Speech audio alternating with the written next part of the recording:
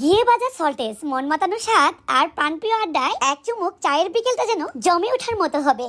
এমন বিস্কিট সবাই তৈরি করতে পারবেন আজকের এই ভিডিও দেখে। তবে আর কথা কেন, চলুন দেখে নেই ঝটপট মজার বিস্কিট কিভাবে তৈরি করতে হয়। প্রথমে তো লাগবে খাঁটি গাওয়া ঘি। আমার নিজের হাতের তৈরি এই ঘি নিয়ে নিচ্ছি আমি 4 টেবিল চামচ পরিমাণ।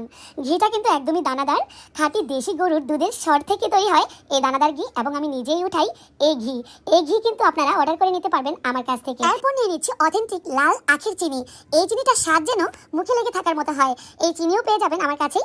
উপরে দেওয়ার স্ক্রিনের নাম্বারে আপনারা কল করবেন, পেয়ে যাবেন। আপনারা আমার প্রোডাক্টগুলো পেতে হলে অবশ্যই কল করে ফেলবেন। অথেন্টিক এই চিনির স্বাদ যেন না ভুলার মতো।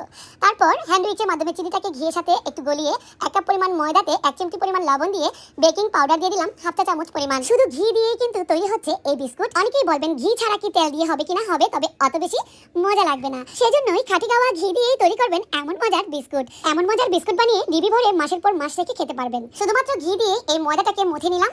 তারপর একটা বড় স্টিলের প্লেটের মধ্যে একটু ঘি ব্রাশ করে দিচ্ছি। এই ডো থেকে এখন আমি বিস্কুটের শেপগুলো তৈরি করে দেব। একটা মেজারমেন্ট চামচের সাহায্যে আমি সমান পরিমাণে যাতে বিস্কুটগুলো হয় মাপ করে নিচ্ছি। নিয়ে আপনি আপনার পছন্দ মতো শেপ দিবেন। আমি ঠিক এভাবে করে সল্টেজ বিস্কুটের শেপগুলো দিয়ে নিচ্ছি।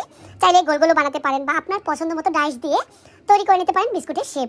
আমি গোলও বানালাম, একটু লম্বা করেও নিলাম। এখন একটা টুথপিক বা আপনারা শোন ব্যবহার করতে পারেন, একটু এভাবে করে ফোটা ফোটা দিয়ে দেওয়ার জন্য। খুবই আলতু হাতে এই কাজটা করবেন। ঘি দিয়ে ডো তৈরি করার কারণে কিন্তু ভেঙে যাওয়ার চান্স থাকবে।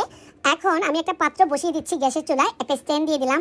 স্ট্যান্ডের মধ্যে বসিয়ে দিলাম প্লেট। গ্যাসের চুলায় কিন্তু তৈরি হয়ে যাবে মাত্র 10 থেকে 15 মিনিটের মধ্যে এত মজার ঘি সল্টেজ বিস্কুট। এখন ঢাকনা ফুটাটা বন্ধ করে দিয়ে 10-15 মিনিট ওয়েট করলাম।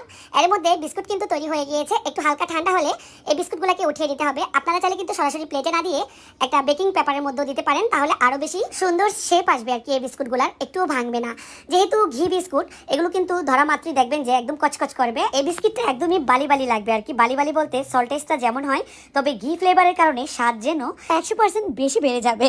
মানে আপনি 100-তে 100 এই বিস্কিট বানানোর পর নিজেই আপনি নম্বর দিয়ে দিবেন। রেসিপি ভালো লাগলে শেয়ার করবেন, কমেন্টে মতামত জানাবেন। আল্লাহ হাফেজ।